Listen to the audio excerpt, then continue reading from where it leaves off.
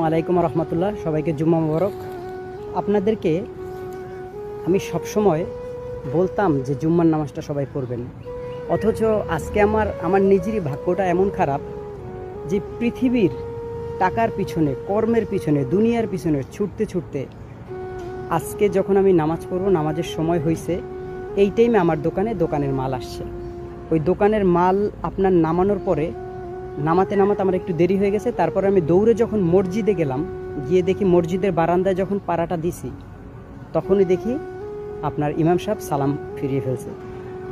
যখন ইমাম সাহেব দেখছি যে সালামটা ফিরায় ফেলছে অলরেডি, তখন আমার মনে হয়েছে যে পুরো আসমানটা ভেঙে যেন আমার মাথার উপরে পড়ছে।